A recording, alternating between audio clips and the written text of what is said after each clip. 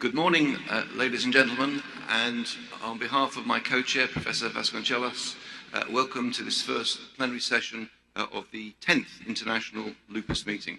I was one of the 200 or so people at the very first meeting in 1986 in Calgary, and it's certainly grown since then. At that time, the words biologic therapy did not even exist, weren't even conceived of, so the last 10 or 15 years has seen us move forward fairly quickly. Clearly, we have lived, from the lupus perspective, in the shadow of the great successes that we've observed in rheumatoid arthritis. But as I hope, as I'm sure our three outstanding speakers, will convince us this morning, the future for new therapies for lupus still remains, I think, reasonably bright. So it's a great pleasure to welcome an old friend and colleague, Ronald Van Vollenhoven, from Sweden, to take us through new treatments for lupus, how they were tested, how they're being used in clinical practice. Ron. Yeah, very good. Thank you. So now I've got my little exercise in for this morning.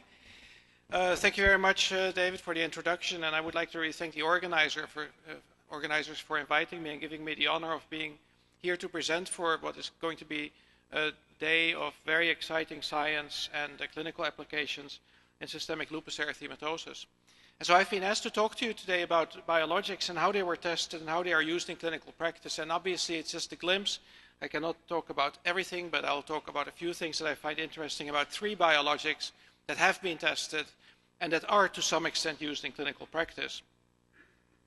Here are my disclosures. I've worked with many companies in trying to develop new treatments for lupus, and if you look at the list, you can also see that many of these didn't work out so well, but some have worked out reasonably well.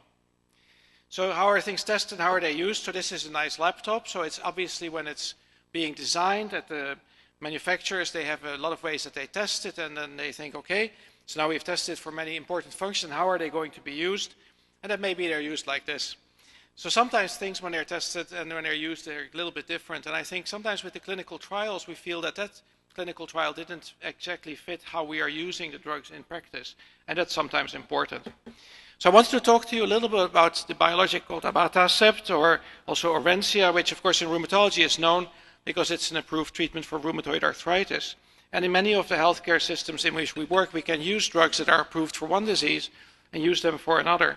So would we even think of using it in lupus? Well, you might, because already 20 years ago, Barbara Fink, working in David Wolfsey's lab, showed that in lupus mice, Abatacept, or actually it was CTLA-4 Ig, was very effective for treating the lupus mice. However, there were 2 important aspects of that. One was that it was in the nephritis mice, the WB mice that developed nephritis. They developed some other features too, but it's mostly, I think, in the lupus nephritis model. And the other thing is the best results were actually in combination with cyclophosphamide, and that's maybe something we don't use so much, or that we don't really want to do that in the first place with patients, to expose them to a biologic and cyclophosphamide at the same time. But that was the background. Many years later, Dr. Merrill and others did a very interesting trial that tested Abatacept in non-renal lupus and found that there was actually no effect in the primary outcome, which is on the upper left. And there, the difference between the groups was so small that you can really say that it was nothing. But then if you looked a little bit further in this trial, you could say that, well, if you look, for example, at a subset of patients where arthritis was the predominant problem, because, the patients could have all kinds of things. They could have skin rashes, pleurisy, but if they had arthritis, and if they had the severe arthritis, the big flares, then you did see a difference. Of course, it's a secondary analysis, and you have to always be careful because you can look at things so many ways. But on principle, you could say, well, maybe, although it's not a good treatment for lupus overall, it might have a role for the treatment of patients with a lot of arthritis. So, I said in nephritis, in the lupus mice, that would be more appropriate for Abatacept if you think about the animal models. That was very recently tested, and it hasn't been published yet in full form, but in abstract form, that the result of the trial was negative. This kind of figure is maybe a little bit hard for you to recognize yourself in. If it's 0, if the dot is close to 0, there's no effect. And the further to the right, the more effect there is. So this here was the result of the main trial. And as you can see, the 2 dots for the 2 different dosages of Abatacept are very close to 0. And so there was really no effect.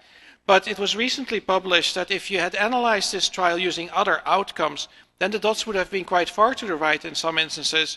And maybe there would have been an effect. But that, of course, is after the fact. And so we have to be a little bit careful. But I don't think the book is completely closed on this, and there are actually several interesting trials ongoing with Abatacept to see if it really could work in nephritis, and maybe, like I said earlier, in combination with cyclophosphamide. But how is Abatacept being used? Is it being used?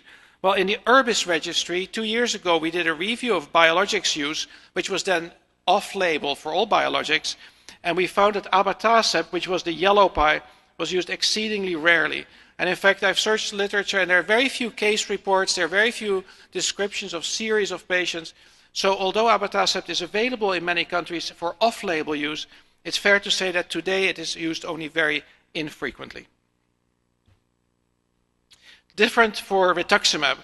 As many others did, we were impressed early on by results that we saw in uncontrolled observational situations with patients, individuals or groups of patients, where we saw that Rituximab had a biological effect, which is shown here. The anti-DNA goes down after treatment with Rituximab, and also we found clinical effects. But then, when this was tested in the Explorer trial, as I think you can recognize because it's been published many years ago and already shown in many instances, the Rituximab in the Explorer trial did not help patients with general lupus. This was not nephritis, this was for patients with the skin, with the joints, and with some general symptoms. And the rate of response, or actually this is non-response here on the left upper corner, is about 70%, and it doesn't get better if you add the Rituximab to the background therapies, which could be corticosteroids, antimalarials, and immunosuppressives. So there was a real disappointment, but then you can say, okay, maybe there was something wrong with the trial.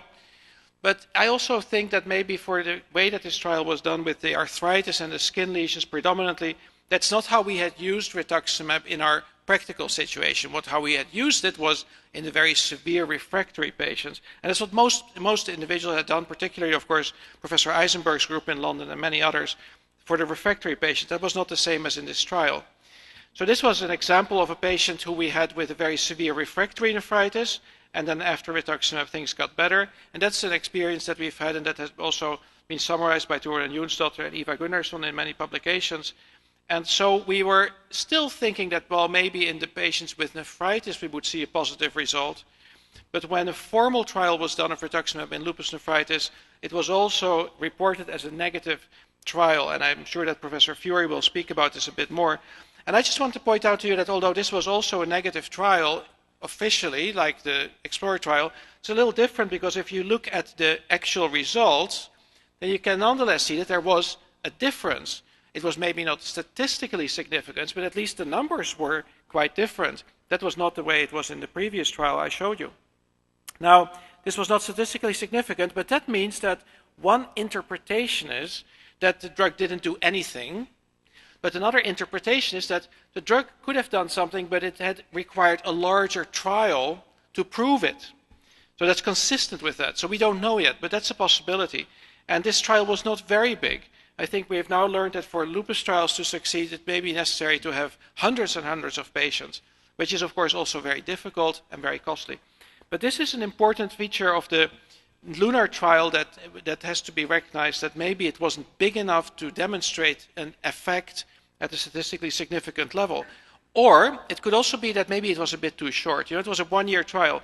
This was recently published by Torun Jonsdottir and Eva Gunnarsson, that the time it takes for patients who have been treated with Rituximab to start getting better is not so long. We usually see an improvement quite rapidly after the treatment, but to get a really good response in the kidneys with the Biolec-D, which is basically a complete renal response, it takes a longer time, and you usually have to wait about 2 years before you can say that the patient is now really, really doing well.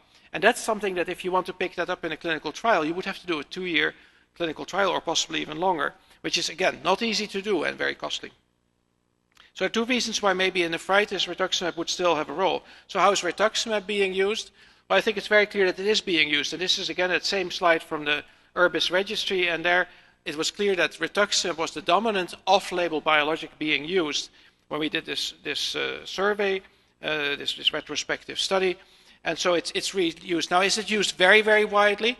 Interestingly, the European Medicines Agency, which is the regulator of medical treatments in Europe, was getting a little bit concerned and said that, well, you know, we hear about Rituximab being used for lupus and we're not so sure. What's happening? Are all the patients being treated with a drug that isn't approved by us? You know, and the EMA doesn't like that. So they asked They asked Roche, and Roche didn't know either. And then they asked us from the URBIS registry if we could figure out how much rituximab is really being used.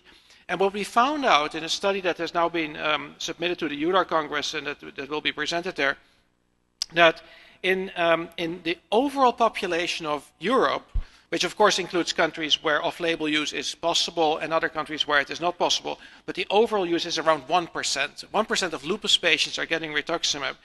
And we've also were able to show that these are patients who have had more severe disease, longer disease, more damage, higher disease activity, and have failed many immunosuppressives. So we concluded that rituximab is being used, but it is used restrictively. It seems to be used appropriately for being an off-label treatment as an option of last resort for individual refractory patients. And the last biologic that I want to talk about is Belimumab, which was of course shown to work in a randomized clinical trial, in this case the BLISS 52 trial, which over the course of 1 year showed significantly better results with the 10 milligram per kilogram dose than with placebo, and also in many cases for the 1 milligram per kilogram dose. So this was a successful trial, but it required more than 800 patients in a 1 year trial to demonstrate it. Now, some people have asked, that is actually not so impressive because why is there only a 10% difference or maybe a 15% difference between the two arms? You know, that's what I showed you. There's a difference and it's statistically significant, but it's, in this case, it's about 14%. And in BLISS 76, it was less. It was not even 10%. So there's an effect size that is small, and that's a serious question. Is this maybe a very weak drug? Because that's, of course, consistent, that you say as well, you know, it's nice that it works, but it's a very weak effect. So it gives all patients a little bit better. A little bit like Plaquenil. Of course, these patients were already on Plaquenil, but then you add it and you get that sort of an effect. And people say, well, we're a little bit disappointed. It's not so strong. But I want to tell you that although that could be the explanation, I think there's at least two other explanations. So another explanation for the effect size is that it's a very good medication, but only for some patients. That could also be the case, so that maybe only 1 out of 6 or 7 or 8 patients will get dramatically better. Now, although that would mathematically become the same result, it's of course a very different situation, because then in practice what you have to do is figure out which patients they are, and they should be getting this treatment because it's such a good treatment for those few patients. And we've made little headway in that direction, saying that, well, we can maybe identify which patients. I'll show you in a moment. But I still want to say there is a third issue with this effect size question about Belimumab. And I've made the analogy with an old radio. If you turn on an old radio and you start listening to it, and you might think that, well, geez, I'm hearing a little bit of music, but I also hear a lot of static, a lot of noise, and it doesn't sound very good. But you realize that the problem is not because the radio station is bad, it's because the radio receiver is old and crummy. So if you're measuring with an instrument that's not very good, you're not going to get a strong signal. And I do think this is an important point. We are trying very hard to make our lupus outcomes be good and reliable and reproducible. And I will have only respect for all the people that have worked very hard in developing the SLE, developing the BioLight, and developing the SRI, the Systemic Lupus Response Index. But if you apply these measures in a huge clinical trial with hundreds of investigators and study nurses that aren't even probably the same ones over time in each patient, you generate a lot of noise. And if you have a lot of noise, you might not be able to measure the effect completely. So I think the effect size in the Belimumab trials doesn't worry me so much, because there are several possible explanations. And overall, the message has to be that there is a possibility here to do something, at least for some patients. So who are the patients that have the most biggest likelihood to respond to this treatment? Well, in analysis of predictors, we found that the patient who has low complement and anti-DNA antibodies, plus they have the active disease, and often they're also on steroids already, then they actually have a pretty good likelihood of benefiting from Belimumab treatment.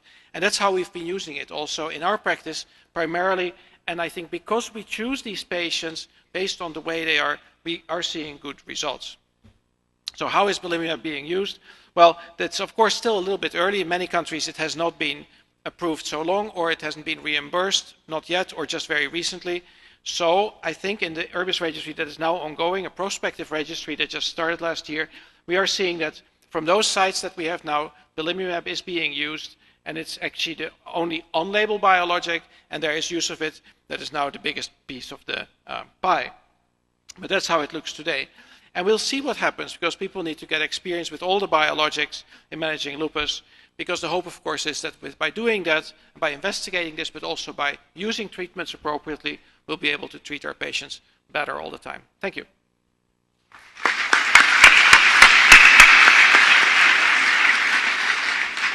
So if there are burning questions for Ron, please come to the microphone now and identify yourselves. While waiting on, perhaps I could ask you the obvious question. Benlysta was, of course, approved for the treatment of patients with lupus who have skin and joint disease. I presume that what's beginning to happen is that it's being used more widely for other types of lupus. And I wondered if you had any experience with that personal or from your register. I think you're correct that the patients in the BLISS trials were mostly those who had arthritis or arthralgias, skin lesions, and some serological evidence for lupus activity, and we're treating those kinds of patients. But there is some interest in looking at patients, for example, with renal disease, but that's actually the subject of a separate trial now. And so far, I'm not aware of sort of very specific experiences with patients with the more unusual, but perhaps also the more interesting lupus manifestations, such as hematological or CNS. So I think that is one of those issues where you have to really hope that by a combination of looking at trial data, but also some practice results, that you can find out more. Question down the front.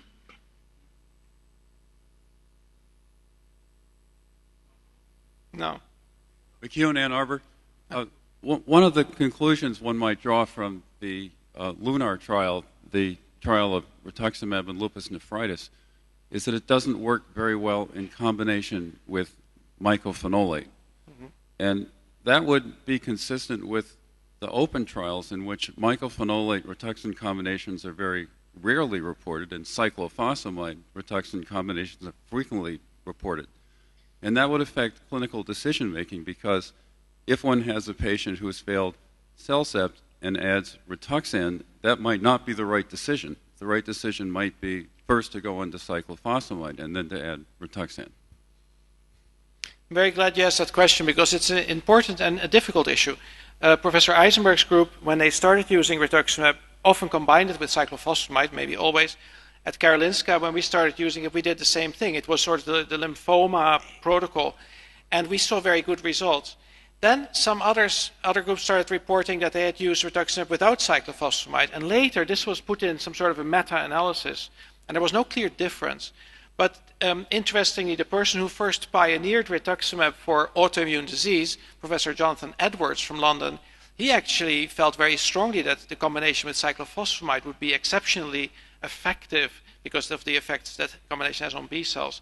So I have to agree with you that the jury is still a little bit out on that. In a trial that failed with ocrelizumab, which is another anti-CD20, there also seemed to be an effect with cyclophosphamide and not with mycophenolate. So this really should still be investigated. One of the additional pieces of information that in vasculitis, where Rituximab is approved, it actually doesn't seem to make much difference, because there have been experiences with both. And I only can say that I hope that we can sort this out in the future, because right now we don't know. And question on the microphone to the left. Very nice talk, Joseph Smollin from Vienna. Very nice talk, Ron. Thank you. With respect to the Belimumab subsetting, it's always a subsetting. It's not powered for these subsets of patients. The effect size wasn't dramatic. It was not an all or none phenomenon. It was a little bit more. Are there any indications that this particular group is currently studied? I think there are some studies ongoing, but is this particular group with low complement and high anti-dsDNA antibodies plus no nephritis, is this a group that is currently studied? I can't give you a complete answer, because I know that there are several clinical trials being organized by the manufacturer of Belimumab, and they include, I think, in the planning stage, a nephritis trial. But if your question is, there a specific trial with this subset of patients who are anti-DNA positive with hypocomplementemia, I don't think so, but it's possible. I think what is right now most interesting to more people is, I think, to look at specific kinds of lupus. The thing that David Isenberg was also suggesting, maybe looking at subset of patients with hematological disease, with the antiphospholipid antibodies. And yeah, there are a lot of questions still that can be asked. Ron, thank you very much indeed. Thank you.